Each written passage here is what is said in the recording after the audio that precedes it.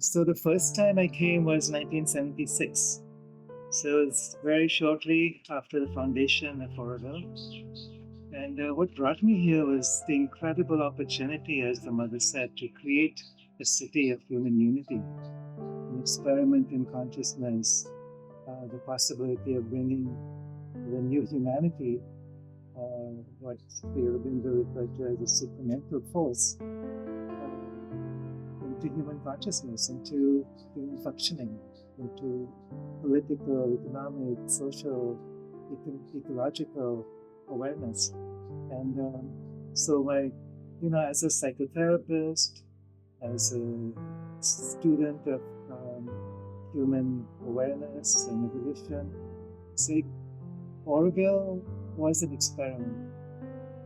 Not to say that the experiment has always been successful, just like nobody and nothing on earth is always successful. The success is in the attempt to be present, to show up, to confront, and to transmute what could be chaos into opportunity.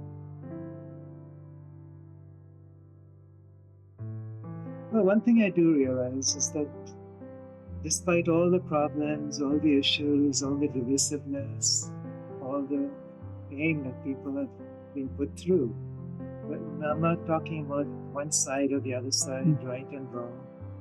It's a microcosm of what's happening everywhere else on the planet. And you cannot be on Earth at this time anywhere without confronting these demons or these asuric forces within. So it's like, all right, so if I can confront these forces inside myself and see it as a microcosmic reflection of what's happening everywhere, and then reframe it in terms of the evolutionary journey that humanity is on. Yes, that's what gives me hope. So hope is not something that's wishful thinking. It takes work. It takes self-reflection. It takes the ability to look for the enemy within. And then you find that you move beyond separation into remembrance. And that remembrance happens collectively, just as forgetfulness has happened collectively. And so Auroville can be still, and that's why I keep coming back, a laboratory for this emerging human consciousness.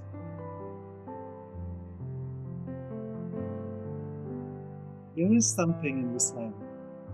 There is something very palpable.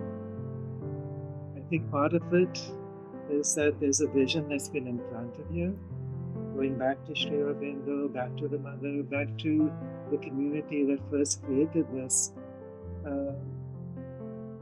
in the original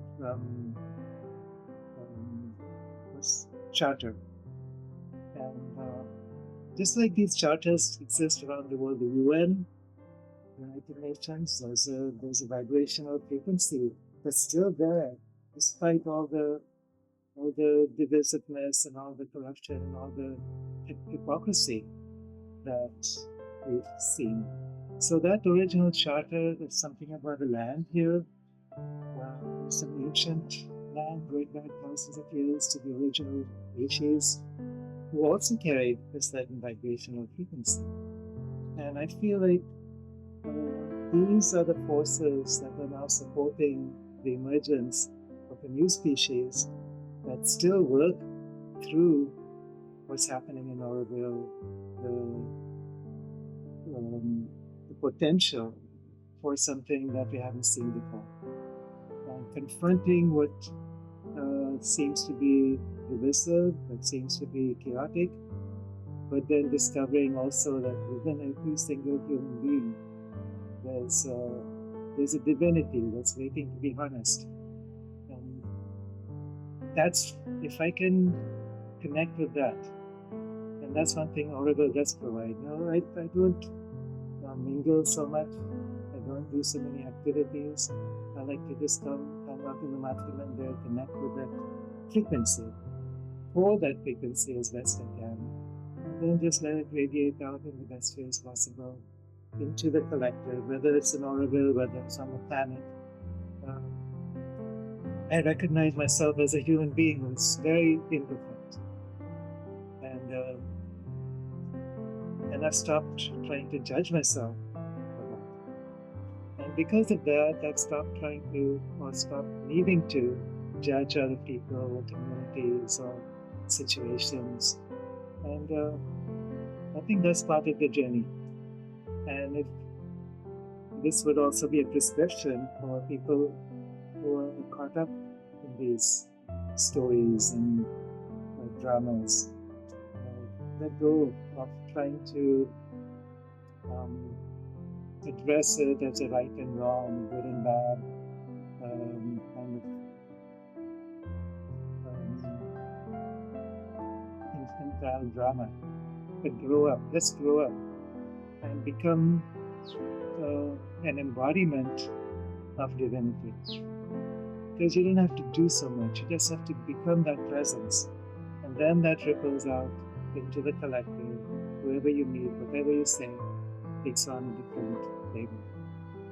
So that would be my message. And it's like I just consciously reflecting on human consciousness, how far we've come already and where we're going. We've traveled a long way already. So if we don't lose sight of that, then the rest of the journey becomes easier.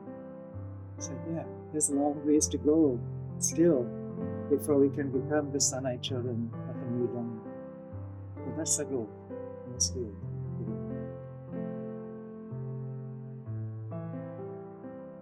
Yeah, this is a very scary question for me because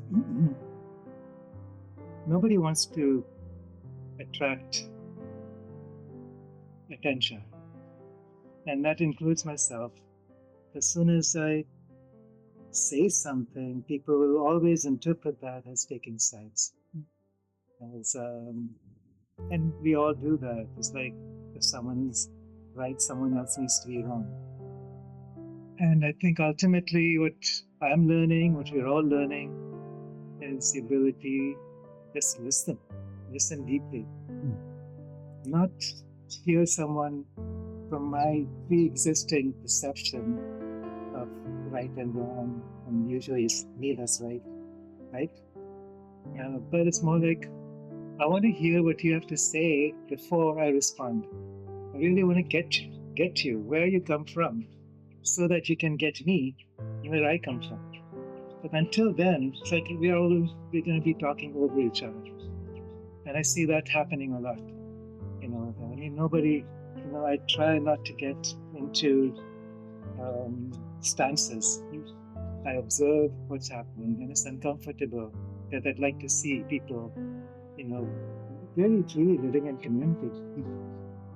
And I see there's certainly issues there, same issues that are happening politically worldwide, and my personal opinions. Because I have personal opinions, I'm not going to enforce those into public opinions. But the ability to simply listen, to truly, fully listen. So what I would say, if there's people in a room together, and you create a space for one person to just uninterruptedly say everything they need to say and be heard, and then go around the circle. So that the first thing that creates and maintains conflict is the sense of not being heard. It's so primary to human validity. It's like if I want to exist as a person, I want to be seen. I want to be heard. And my normal tendency has been to kind of be on the sidelines because I'm afraid of making waves. I'm afraid of walking on eggshells. And so if I was invited to be a mediator, for instance, that would be my fear. It's like, Am I gonna stir up confrontation? Am I gonna stir up controversy? Am I gonna attract, you know, some form of repercussions? And I think a lot of people do experience that. A lot of people, especially when there's, I don't want to get into specifics because that becomes political. That's not my intention here.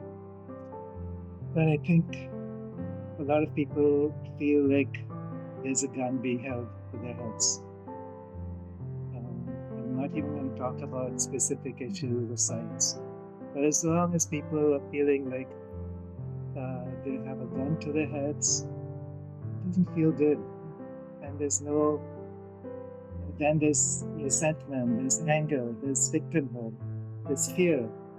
That doesn't lead very easily to come into collaborative partnership. So I happen to be a psychotherapist. This has been my work for a long time. I happen to be a student of cycles and history and consciousness. What would the mother do? What would Sri Aurobindo do in this situation?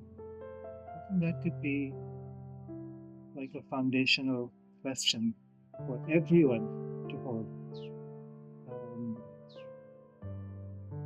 Not to say that the mother or Sri Aurobindo were always right. Sometimes we create projections on them as well. So this is what they said, and that's how it's ever going to be. No. There's a developmental process with all of us, even with those we call avatars. Do we not understand that we ourselves are development? We're avatars in development. We're avatars in evolution. Why else is this human experiment? What else is it about? So, it requires a great deal of humility and the ability to listen deeply to our own hearts, to other people as they speak, but more than what they say, sometimes even listening to what's behind the words, sometimes listening to what they themselves are not aware of. And if we can do that in Auroville, if we can do that on this planet, I think we have hope for something. Yeah, I think what I said earlier about the microcosmic reflection of a macrocosmic journey. It's like there's nothing we can do to stop the descent. There's nothing we can do to ultimately hold back the awakening. It's often through the chaos, always through the chaos. Awakening requires chaos. It requires shaking up of old values, old identities, old fixations, old stances, so that the more we can empty out from being attached to old identities, the more we can surrender to what wants to come through. But to do that honestly, fearlessly,